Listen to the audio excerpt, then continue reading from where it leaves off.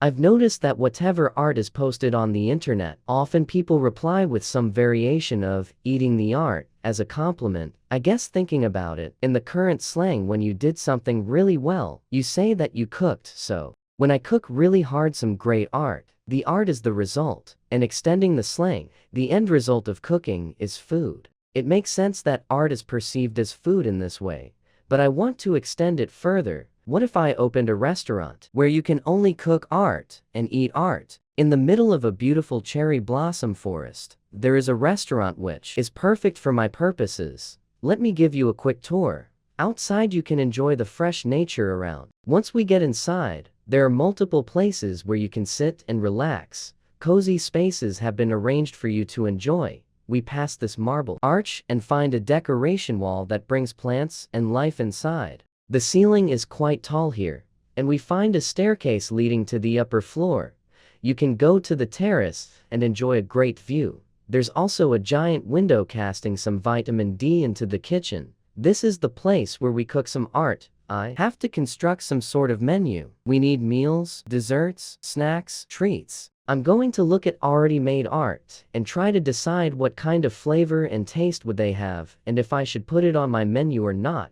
The first art we have is very fire, literally. It is me being surrounded by fire. How did I end up there? I don't know. The colors are very intense, so it must have a really strong flavor. After a fire burns something, it gets turned into charcoal, so I was thinking it would taste like burnt ashes. But the thing is that it's still burning. It needs to burn your mouth, so it tasting spicy seems more fitting.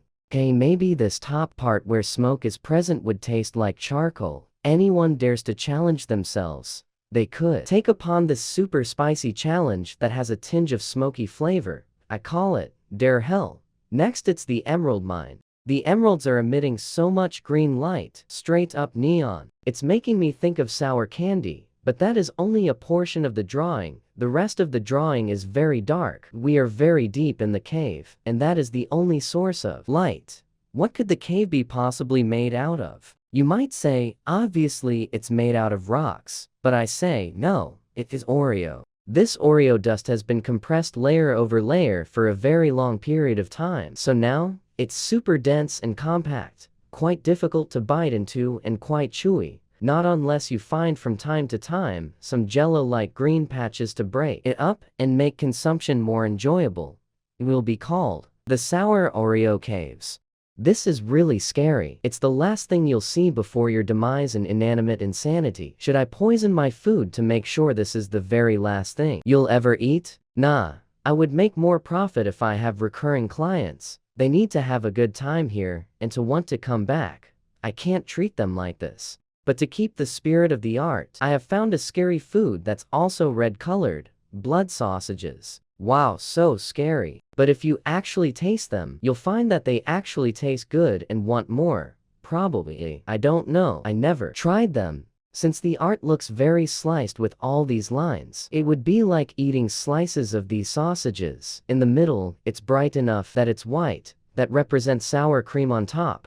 I like combining food with sour cream. I call it bloody nightmare. Next, this malfunctioning factory churning out defect smoothies, specifically pomegranate kiwi smoothies. Since it keeps going and going, that's basically unlimited flavor of those two fruits. So basically some sort of chewing gum. You start to chew it, you're hit with this awesome flavor. You keep chewing, and it seems to not ever go away. But be careful, don't get too addicted to it. While it may feel like eating food, you're fooling your body, and nothing actually goes into your stomach, unless you decide to break the unwritten laws and swallow the gum. Thankfully, the art is crafted in such way that if it ever end up there, it will self-dissolve. You see, it has a coating. It tastes like orange, but it has some special agent that detects dangerous situations and performs a chemical reaction to self-destruct in case it's needed. It's all this orange in the background. I call this Kaboom Forever. What is Fan doing in the air? It's a recreation of this moment from the show.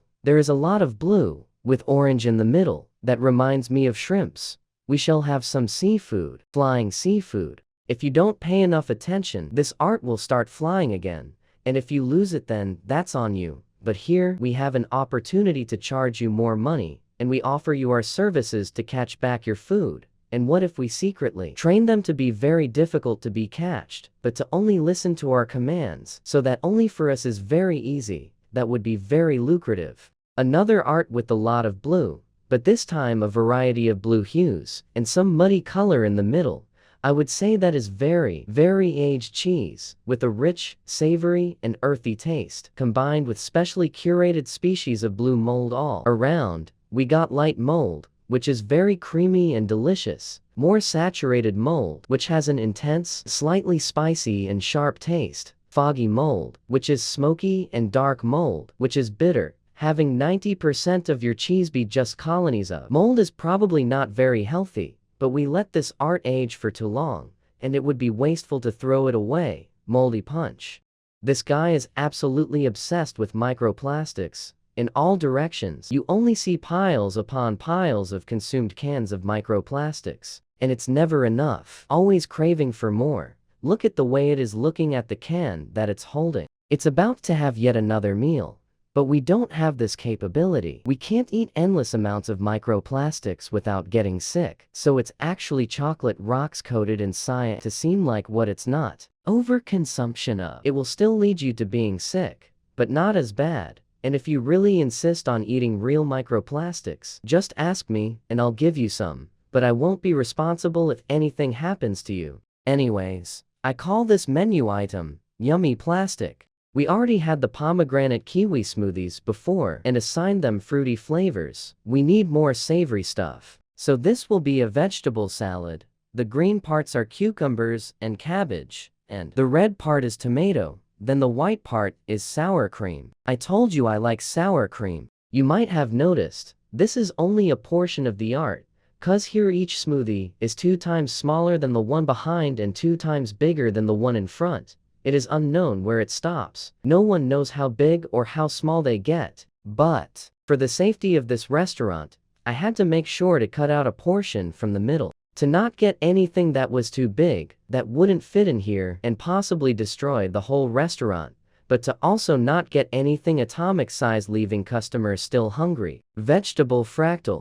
There should also be some drinks to wash down anything you eat. This art looks really fizzy. It's mostly blue, so it will be a blueberry drink with a hint of lavender. Don't ask why we are eating lavender now. This recipe uses water sourced from the pristine Braceleti planet. It has so much history. Imagine the sheer amount of Braceleti species that passed through this water before it ended up here. Imagine what kind of journey it must have taken. If it allowed all this life to prosper, then it will surely make you thrive too.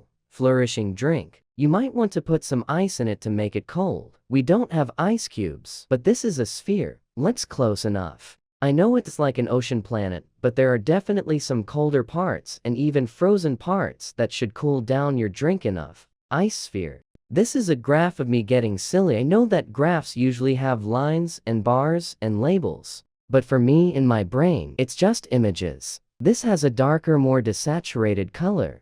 They say it would be licorice candy.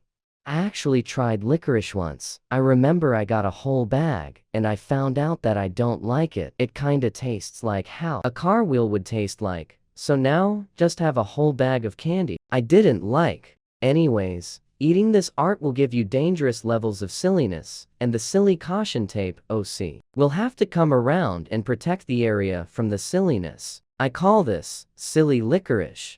We now have plenty of menu items. They are rather sporadic, but hey, it's my first time running this kind of business. It's time to open the restaurant and see if we have any kind of success. Hello, wow, you came here all the way from the Braceleti planet? Oh, of course. That's what you get from the menu. Obviously, since those remind you the most of the place you came from. And I imagine the weather here is much hotter, so you needed something refreshing. So, what do you think of the service here? Never mind, I forgot. I don't know your language. Hi, welcome.